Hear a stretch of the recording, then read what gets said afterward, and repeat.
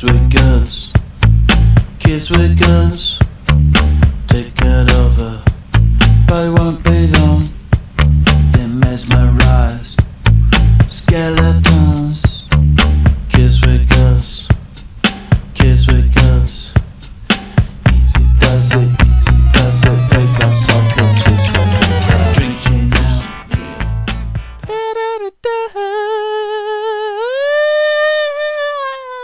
Sorry. Main strat today, offensive positioning versus defensive positioning, and magnum ammo versus body armor. I'm Corzy from GamingLegit, bringing you another Bad Company 2 video. The map is White Pass. I gotta clear this up for you guys. I just launched my part 3 shotgun video, and then like the first or second comment on that thing was, "You're stopping Bad Company 2 videos? That's why I like your channel, Corzy." Maybe I just said it wrong, but my Bad Company 2 videos aren't disappearing. I'm just focusing on Halo Reach 2, so I'm not going to be online playing Bad Company 2 all the time. I'm going to be playing Halo 3. I've got a stockpile of Bad Company 2 videos waiting to be commentated. Is that can you say that? Commentated? Yeah, I'm gonna roll with it. Waiting to be commentated and put up on onto my channel. So I got, I don't know, 6 videos. If I ever run out of videos, I'm gonna, go back, play the game, get some more videos. I'm not cutting out on this game. I'm done with Modern Warfare 2. I'm personally done with posting that video. I won't play it, but like I recently put up in the Shotgun 3 Part 3 sniping video that I got 2 potential new directors, of which are going to be doing Modern Warfare 2 videos. And so I won't be doing them, but I'm going to be putting them up on my channel, trying to get you guys more bang for your buck. This video is going to be kind of short. It's broke up into 2 videos. I like watching full gameplay, so that's what I'm going to give you. I'm not going to give you montage clips of my best or my prime. I hate watching those videos. I like seeing a person's playthrough from the moment he steps onto the battlefield to the very, very end. I like seeing the screw-ups. I don't care if it was a terrible gameplay. I will learn from it by watching another person play. I just like watching a full game. So that's what I like to give you guys. I hope you guys appreciate that. You guys get to see my flaws with the good stuff too. Alright, need to get into the strat before time runs out. The first thing I want to talk about is offensive positioning versus defensive positioning. As an offensive position, you need to be in a part of the map similar to where I'm at right now. I can overlook a large part of the map, which means I can slay a lot more people. I can see more people moving around. I can spot more of them, do more call-outs, and I can see them over top of buildings. Now, if I was down below this hill up against a building with my back against it, that would be more of a defensive position. It's more of a protective position where I'm limited to my side of view, and the opportunity for me to be killed is a lot narrow since I back myself into a corner. And so defensive positioning versus offensive positioning, obviously the big decipher between the two likes to break down into a rush game or defensive versus offense, but on a Conquest game you kind of have to be switching roles all the time based on if they're capturing Conquest or these these points, Conquest points, whatever you guys want to call them.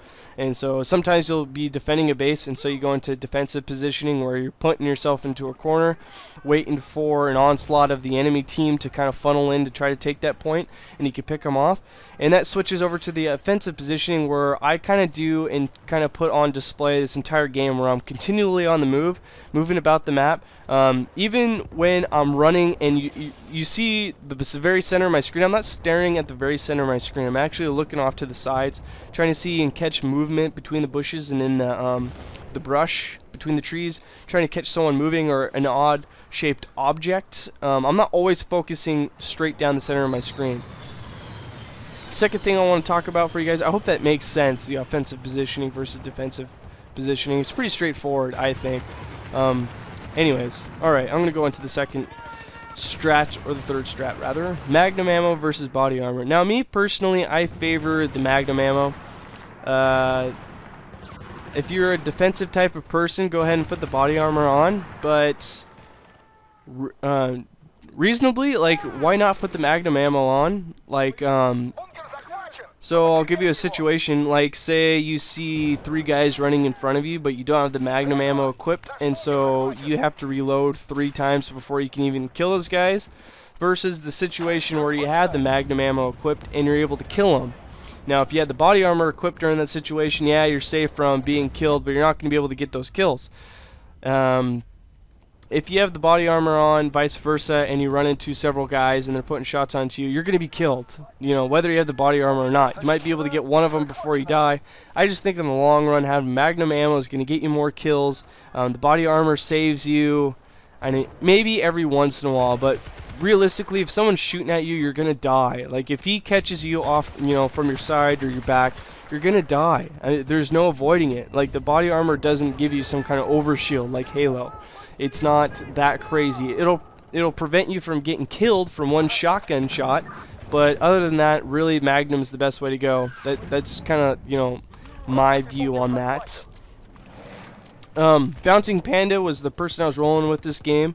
I mentioned last video that he's going to be giving me some video files of his. I'm going to commentate, and I'll announce it in the beginning that it's not my gameplay. You're going to see he plays totally different than me.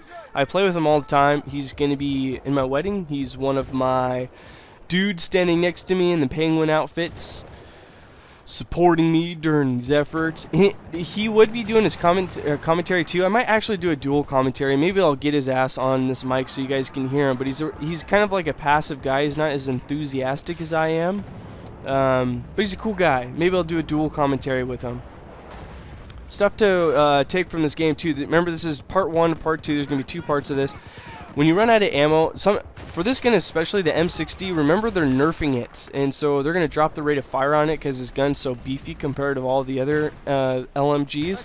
But you have to use a red dot on it. You can use the iron sights, but the iron sights are so limiting into your sight. Like when you stare through them, it takes off a huge chunk of visibility that you're looking at, and so you have to almost always put a red dot on. There's games where sometimes the iron sight's okay. And so for this gun especially, I recommend putting the red dot on, but for the other LMGs, the iron sights are good enough to use without a red dot, and just put on the extra ammo perk. I think that's in your spec 1 option. So rather than putting the red dot, you could put the extra ammo on. Put that on this gun, you guys are all set. I'm Corzy from GamingLegit. Please subscribe, like my videos, comment to me. Love you guys, God bless, and I'll see you in part 2. Peace out.